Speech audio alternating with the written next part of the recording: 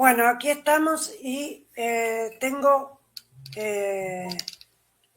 alguna información antes de ir con Silvia Larrufa, que ya la tengo ahí, de Tania Valentina Díaz González, que es diputada de la Asamblea Legislativa y rectora de la Universidad de Comunicaciones en Venezuela, que aparentemente mañana es la tercera en sucesión de Maduro y aparentemente mañana estaría dando un comunicado al mundo. Así que esperemos tener la palabra de esta diputada desde allí de Venezuela y sigamos esta serie de sucesos que te están dando en el Caribe con Trump. Silvita, te pido que bajes un poco el volumen, que hace rebote.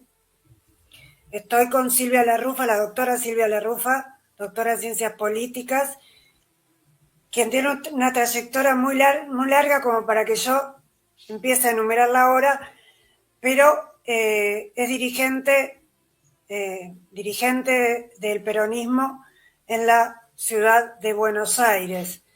Hola Silvia, ¿cómo estás? ¿Qué tal, Carla? Buenas tardes, ¿cómo estás? Bien, acá siguiendo un poco los sucesos que se están dando entre Venezuela y Estados Unidos, ¿no? Algo que un poco te pone en el medio, porque si bien Maduro hoy acaba de extraditar dos periodistas nuestros, no dejándolos entrar a Venezuela, mm, haciéndoles interrogatorios y demás, y sabemos que Maduro se ha transformado en un presidente autoritario, casi un régimen. También no podemos estar de acuerdo con una invasión de Estados Unidos, ¿no? Esto podría pasarle mañana a la Argentina, por ejemplo, si a Trump se le antojara y sabemos que detrás de la... Exactamente, reconocer que en Venezuela actualmente... Hola, hola, ahí, Sí, sí, ahí recuperamos. No, decía que exactamente, que reconocer que en Venezuela no hay un régimen político democrático no implica avalar la intervención de un Estado extranjero en su territorio. Desafortunadamente no hay democracia en un montón de países en la actualidad y uso el adjetivo desafortunadamente, aún pensando en aquellos países que no son de Occidente y que a lo mejor no tienen nuestros mismos valores, pero desde este lugar creo que la democracia es ese régimen que nos permite con mayor posibilidades de desarrollar a cada uno sus proyectos de vida personal. Ahora, no hay una policía del mundo. Naciones Unidas se constituye para garantizar la paz mundial en primer lugar y después para promover la democracia, pero no se constituye como un supraestado que puede ir a intervenir, mucho menos un estado a la par como es Estados Unidos, más allá de su rol por su capacidad militar, su arraigo sí, cultural y mucho menos con la excusa del combate al narcotráfico para poder ejecutar a personas sin un juicio previo que demuestre su responsabilidad y se le aplique después de la defensa una condena de acuerdo al código de cada país. Entonces, realmente es muy preocupante, especialmente porque hay en juego vidas y no se ve claramente cuál es la salida. Confío en el rol que pueda jugar Lula como un negociador entre las partes para lograr una transición de régimen, es decir, que Maduro y su gobierno acepte una elección transparente, con posibilidad de que participen todos los actores y reconozca los resultados, pero que Estados Unidos se mantenga en su territorio. mira, Trump no deja de preanunciar que la intromisión va a ser inminente y de hecho ha bombardeado de un buque en estas horas. Le han tenido una llamada ahí que no quedó muy claro. Uno dice que fue buena, el otro dice que no, pero sí le ha pedido a Maduro que deje Venezuela. En el medio está Putin y Rusia, ¿no? Diciendo no toquen a Venezuela porque nosotros vamos a reaccionar. Entonces es todo una situación que no deja de ponernos en alerta por lo que puede pasar en cualquier lugar, y nosotros ni que hablar, que somos dueños de recursos naturales, de tierras, como dicen ellos, que son, como lo es Venezuela con el petróleo, las nuestras son también necesarias. Entonces, esto un poco, como decís vos, tendría que ser una salida democrática real. Sí, una cosa es la situación interna de Venezuela, donde creo que ya no quedan dudas respecto de la falta de las libertades básicas que hacen a un régimen democrático, y otra cosa es la situación del sistema internacional, donde el principio de no injerencia de los estados fue algo que se construyó después de 2 guerras mundiales, donde la paz es algo que nos viene costando, y con el enfrentamiento entre Rusia y Ucrania y lo que venía pasando en la Franja de Gaza estaba claramente puesto en cuestión. Algunas afirmaciones del presidente de Francia y de la propia OTAN pareciera que vamos más hacia una nueva etapa bélica que hacia un momento de paz, y la verdad es que deberíamos, con nuestros estados, trabajar para que eso no sea así, para que se respete ese consenso que surge después del 45 respecto de las bondades de la democracia, pero de que cada estado es soberano dentro de sus fronteras, y que la única posibilidad es la diplomacia. Ya ni siquiera es, bueno, fracasa la guerra y viene la diplomacia. No, tenemos que pensar en paz para evitar muertes, para garantizar desarrollo económico, para fomentar sociedades más integradas. Silvia, nosotros, Argentina, ¿somos en este momento totalmente soberanos? Muy buena pregunta.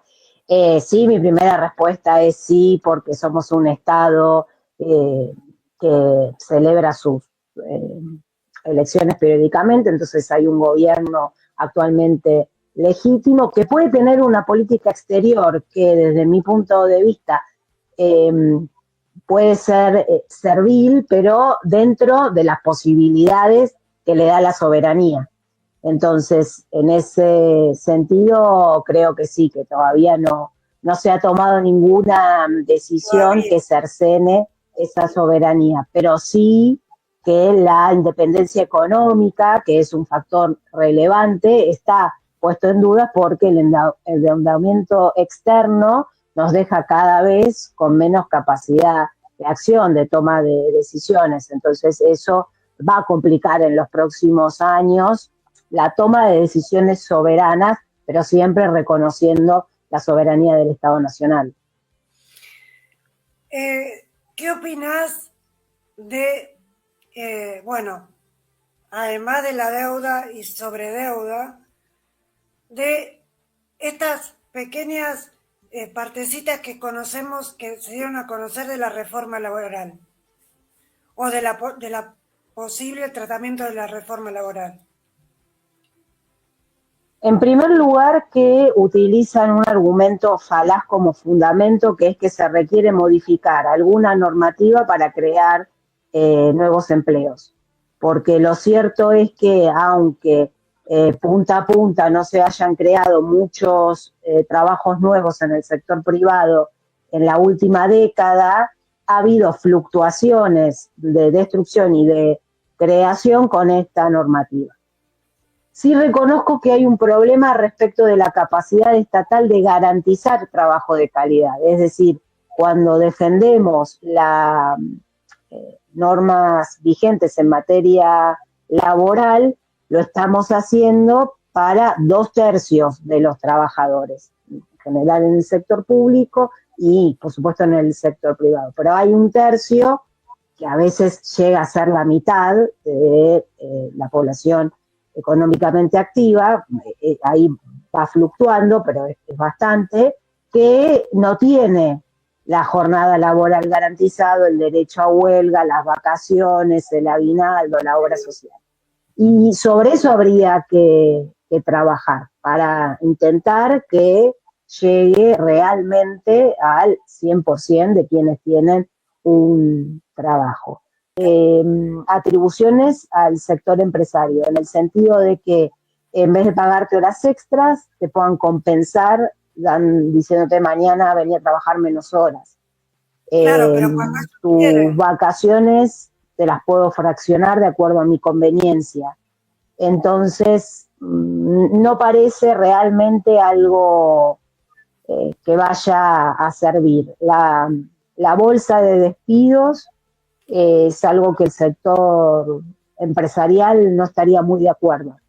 Con lo cual, bueno, espero que no creo que sirva demasiado para la creación del empleo, ni para el problema más permanente de registración de nuestros trabajadores, y que es empoderar al sector empresario respecto de algunas conquistas, como que si trabajás fuera de tu jornada laboral te paguen horas extras, ahora te lo quieren compensar,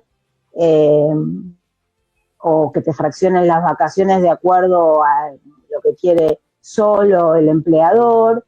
Entonces espero que convoquen a todos los sectores a que den su perspectiva, porque a veces también, yo a veces lo que sí reconozco es que todos los sectores no son iguales y que solemos pensar en las grandes empresas, pero a veces los comercios tienen otras problemáticas. Yo estar en una ciudad donde el comercio es una actividad muy importante, quizás es más habitual escuchar el reclamo respecto de determinada normativa laboral. Entonces, habría que ver específicamente, pero no se crea trabajo porque no hay seguridad jurídica y porque nos costó, y esto no es solo responsabilidad de este gobierno, mantener la estabilidad macroeconómica. Entonces es difícil hacer cálculos de inversión y ganancia y por lo tanto la inversión es más renuente y en ese sentido no se han creado fuentes de trabajo. En eso nos deberíamos concentrar y no tanto en títulos que suenan lindos, pero que no van a producir el resultado esperado. Lo puedo decir sin ser experta en la materia, pero por la historia que tenemos, donde cada vez que ha habido flexibilizaciones o reducción de las cargas patronales, no se han creado nuevos empleos, mientras que en momentos de la recuperación, allá por el 2002, 2003, 2004, hasta el 2007, incluso con doble indemnización por despido injustificado, se crearon más de 2,5 millones de trabajo. Entonces, no es la normativa laboral, sino las condiciones macroeconómicas y la seguridad jurídica de un país lo que atrae o no inversiones. ¿Vos crees que desde el peronismo puede haber un proyecto alternativo para el tratamiento? He leído que hay una propuesta del bloque en el Senado que coordinó, entiendo, el senador Mariano Recalde, que es un experto en cuestiones laborales, así que espero, si bien entiendo que hay que tratar que no se logre ningún retroceso, sí espero que nuestros diputados y senadores tengan una posición, que no sea solo la negativa, una cuestión propositiva, porque después hay realidades del mundo laboral del siglo XXI que no estaban cuando se sancionó la ley de contrato de trabajo, como es el teletrabajo, como son los trabajadores de aplicaciones, que tienen que ser de alguna manera previstos por la normativa, porque está claro que no van a entrar en el régimen vigente de la ley de contrato de trabajo, pero que estén completamente en negros es un sinsentido. Hay que buscar como un justo medio que proteja un poquito más a esos trabajadores, que si se enferman no tienen ingresos, que se tienen que pagar su obra social o ir al sistema Sí, el público de monocupo. salud, que afortunadamente es bueno en términos generales, pero que si hay gran demanda no necesariamente va a dar abasto, que no si se toman vacaciones no van a tener ingresos, o sea, un montón de situaciones que al principio a lo mejor no eran una demanda porque para muchos era el segundo ingreso. Pero hoy que están pasando a ser el ingreso principal de una importante cantidad de trabajadores y trabajadoras, hay que empezar a pensar una situación donde estén un poco más protegidos sin que eso afecte a la actividad. Hablabas de la salud y me vino a la cabeza esta nueva gripe que hay en Estados Unidos, Europa, que tiene bastantes personas internadas, algunos fallecidos, y en algunos lugares empezaron a usar el barbijo y están mandando a una cuarentena. Y me preguntaba, ¿qué va a hacer de nosotros con un gobierno antivacunas que no ha reconocido la pandemia, que ya pasamos? Me pregunto si tendremos acceso o si la mayoría del pueblo tendrá acceso desde la salud pública a las vacunas en el mes de marzo, porque sabemos que este ministro de Salud, o lo que queda del Ministerio de Salud, ni siquiera se encarga de la medicación. ¿Cómo se te ocurre que puede ser el panorama? Empezar a rezar. Sí, sí, es preocupante. Hoy escuchaba a una científica decir esto que marcabas recién, que en virtud de lo que está pasando en el invierno, en el otro hemisferio, en marzo deberíamos estar vacunados ampliamente, que en general no se venía dando en los últimos años. Y eso me preocupa porque no creo que sea una información que el gobierno nacional incorpore en su agenda. A lo mejor algunos gobiernos provinciales toman la iniciativa de resguardar a su población si es que hay acceso a esas vacunas, porque siempre el gobierno nacional interviene.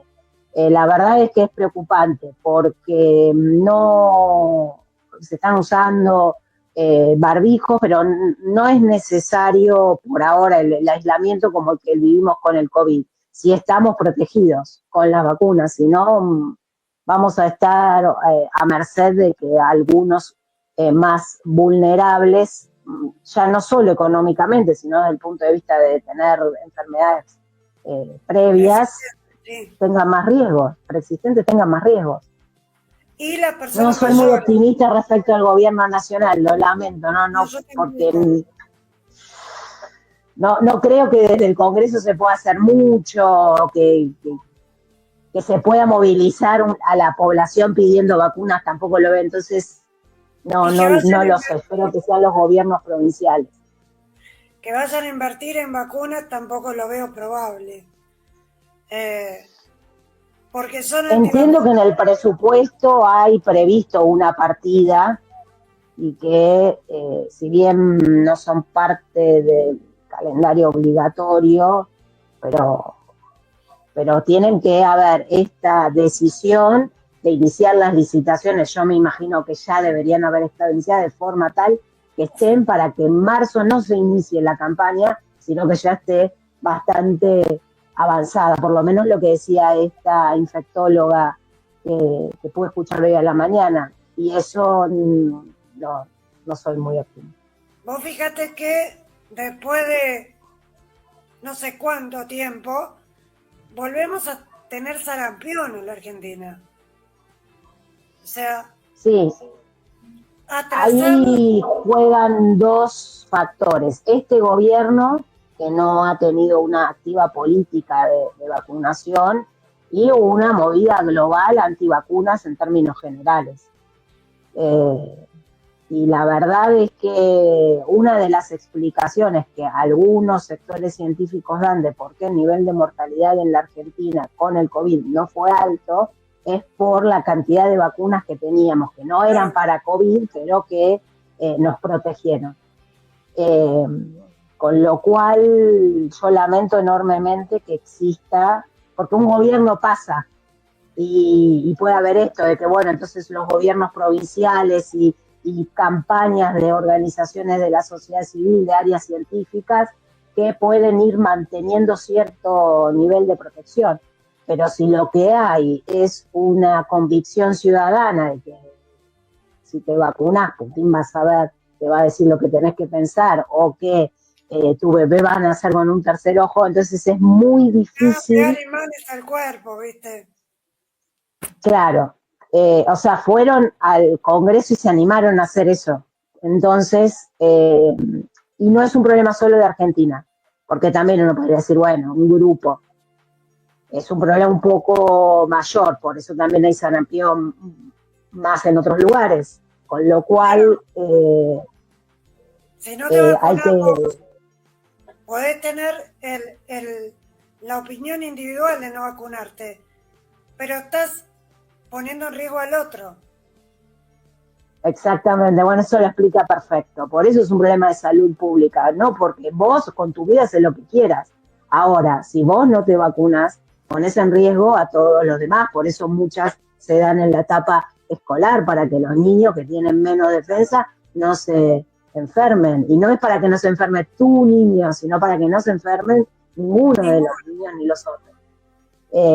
Y eso que para la Argentina era un valor, y bueno, entre un gobierno antivacunas y una movida global hace que tengamos sarampión. En ese aspecto no soy tan pesimista porque digo, bueno, se puede ir modificando con los cambios de gobierno. Respecto de lo próximo de marzo, ahí sí soy más pesimista porque, porque hay que hacerlo ya, ya deberían estar llegando, si no llegando en febrero, en enero, para hacer bien la logística en la distribución, porque no es sencillo llegar a las 24 provincias, que las provincias definan dónde, cuándo, cómo, a quién, si va a haber prevalencia por personas con antecedentes, por cuestiones etarias, si se recomienda o no se recomienda a niños o a mayores de 65, porque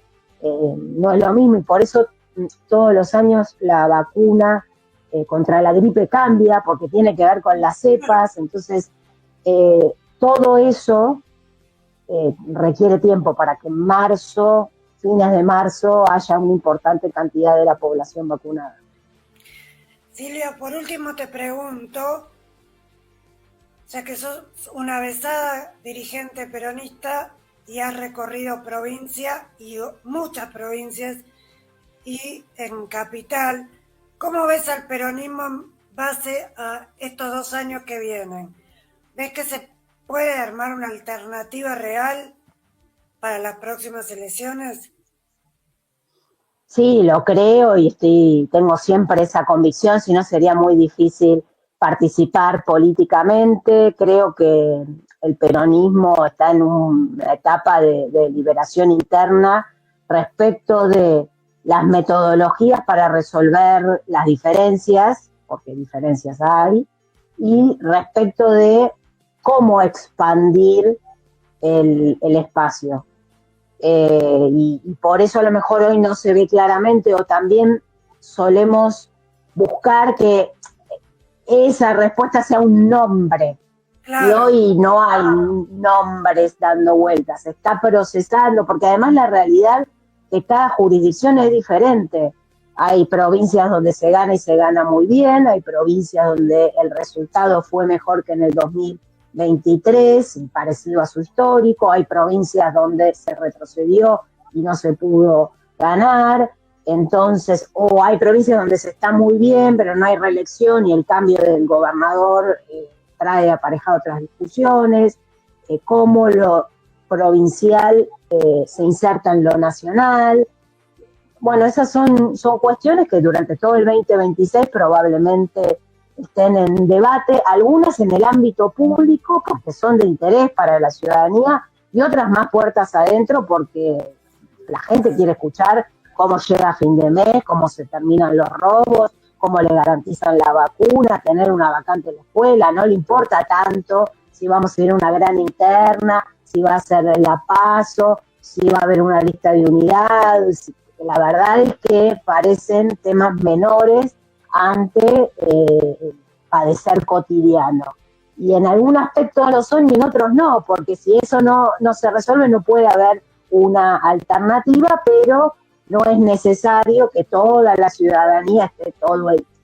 Es más atractivo mediáticamente, entonces por eso a Es veces interno. también salen los medios, pero no es necesario que todo lo que se pone en discusión aparezca públicamente, porque son debates internos que tienen que ver con interpretar cada día mejor lo que nuestro pueblo está demandando de una opción nacional y popular, que es lo que expresa el peronismo. Silvia, muchísimas gracias. La verdad, un placer escucharte como siempre. Leía los mensajes ahí y leía una gran dirigente, Silvia Larrufa, saludos a Silvia. Así Muchas que gracias. muchos que te escribían, no solamente de acá, sino teníamos de Cosquín, teníamos de otros lugares. Así que te lo traslado para que sepas que mientras estabas hablando, iban pasando los mensajitos. Bueno, muchas gracias y la verdad que una de las cosas positivas de la gestión pública es recorrer todo el país y para mí es de las cosas que me llevo con mejores recuerdos, así que aprovecho que seguramente es un programa federal también por toda tu Claro. trayectoria política y en los medios, así que saludo a los